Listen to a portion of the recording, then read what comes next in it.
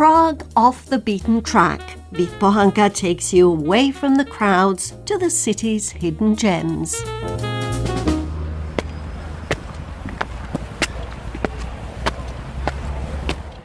Welcome to another episode of Prague off the beaten track. Today I'm climbing the stairs up Vítkov Hill, approaching it from the eastern side, from Žižkov, even though this hill actually separates Žižkov from Karlín. Technically speaking, Vítkov belongs to Žižkov.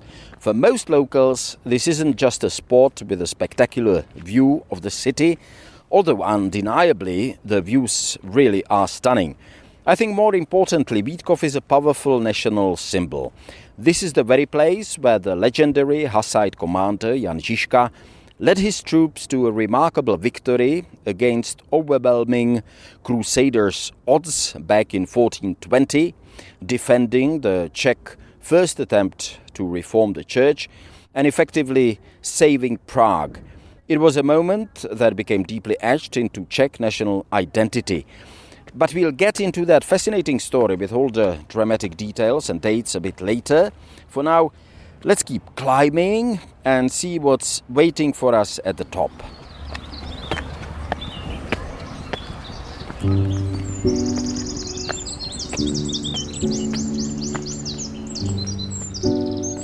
So I've climbed some of the stairs on the Žižkov side, and now I'm walking up one of the paved paths that wind their way towards the top of the hill.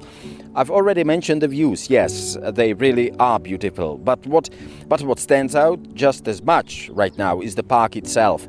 It's late April and everything is in full bloom. By early May, it'll still be just as lovely. The trees are covered in fresh, bright green leaves, and many of the bushes are in flower, filling the air with this light, sweet fragrance. It's a peaceful, almost meditative walk.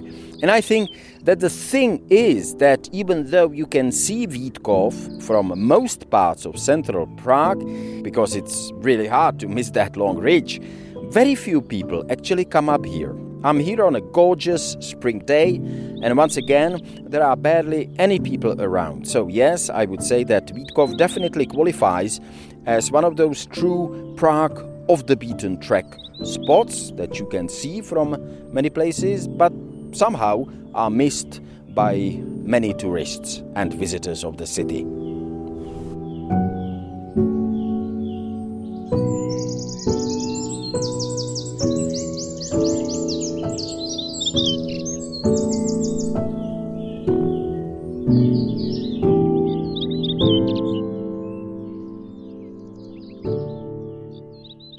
And now I've made it to the top. I'm standing right in front of the massive equestrian statue of Jan Žižka. As I've learned during my research, it's probably one of the largest bronze horse statues in the world. Behind it rises the national monument, a stark and imposing structure, functionalist structure, from the 20th century that was meant to honor Czechoslovakia's struggle for independence. It also houses the tomb of the unknown soldier, which adds a quiet, I think solemn dignity to the place. I'll get back to the monument itself a bit later, because it definitely has a story of its own. But first, I think we need to talk about the battle that took place here in the 15th century. The reason this spot is so deeply etched into Czech national memory. So, to understand why it matters, I think we need to rewind a bit. In 1415, the Czech church reformer Jan Hus was burnt at the stake for criticizing the corruption of the Catholic Church. That moment sparked a massive wave of outrage and resistance in Bohemia, leading to the rise of the Hussite movement. The Hussites were calling for deep religious reform, and they had a lot of support among ordinary Czechs. But the Pope and the Holy Roman Emperor of that time, Sigismund, weren't having any of it. In 1420, Pope Martin V declared a crusade against the Hussites and sent a large army to crush them, right here in Prague. And this is where Vítkov, where I now stand, comes in. This hill was a strategic point on the eastern edge of the city, and the Hussites led by the brilliant military commander Jan Žižka, knew they had to hold it. So, on the 14th of July, 1420, a force of heavily armed crusaders attacked. Žižka's defenders were outnumbered and out-equipped, but they used the terrain to their advantage, built fortifications and fought with unbelievable determination. The result, a stunning victory. The Crusaders were beaten back, Prague was saved, and the Hussite movement gained even more momentum. So this hill isn't just a nice place for a walk, it's a symbol of Czech resistance, cleverness and courage.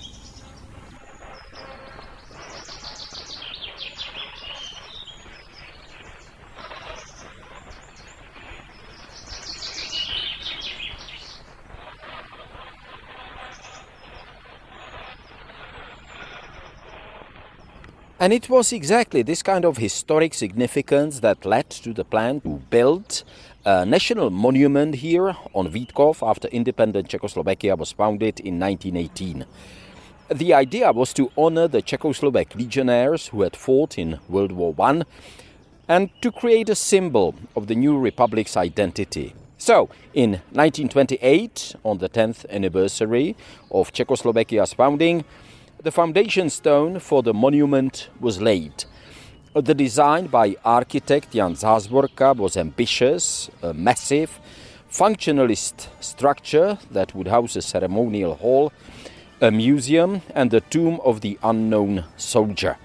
The construction progressed through the 1930s, but political turmoil and the onset of World War II delayed its completion. Then, during the Nazi occupation, the unfinished building was never used for its intended ceremonial purpose. Instead, it served as a storage facility for military supplies, hardly the dignified role its creators had imagined.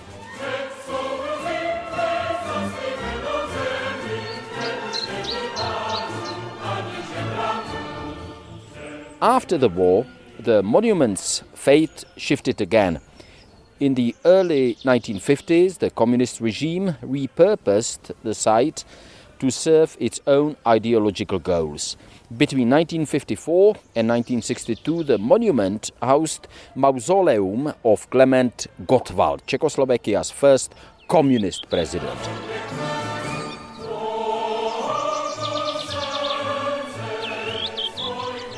His embalmed body was displayed here in glass coffin in a manner reminiscent of Lenin's tomb in Moscow on the Red Square. This period, I think, marked a very stark departure from the monument's original intent, transforming it into a symbol of the regime's power and control. So the fate of the monument, I think, mirrors the wild and dramatic turns of Czech history in the 20th century, from democracy to dictatorship and back again. Following the fall of communism in 1989, efforts were made to restore the monument to its original purpose.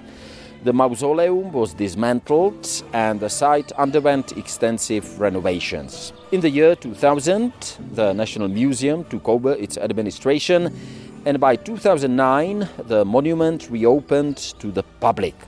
Today, it houses exhibitions on Czech and Czechoslovak statehood, including the permanent exhibition, which is called Crossroads of Czech and Czechoslovak Statehood. The tomb of the unknown soldier remains a central feature, honoring those who sacrificed their lives for the nation.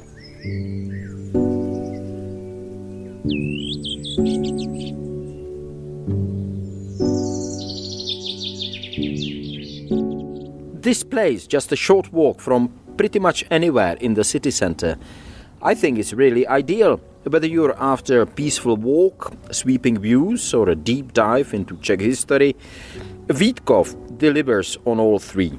The vistas are truly magnificent.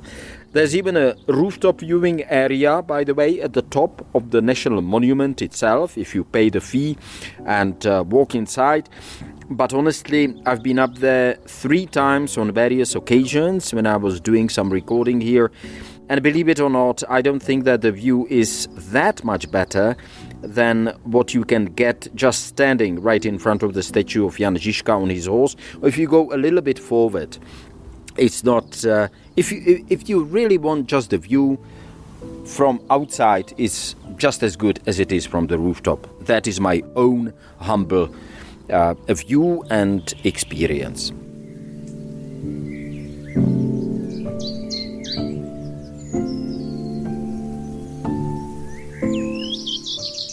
So, if you are looking for a place that's off the tourist radar, rich in history, and offers one of the best panoramic views of Prague without the crowds, then I think Vítkov is absolutely worth a climb. If this episode has inspired you to come see Vítkov for yourself, just head over to Prague Off the Beaten Track section on the Radio Prague International website. You will find a map, some practical information and a fact box to help you plan your visit. I'm Vít Pohanka, thanks for listening, and until next time, be curious and explore Prague.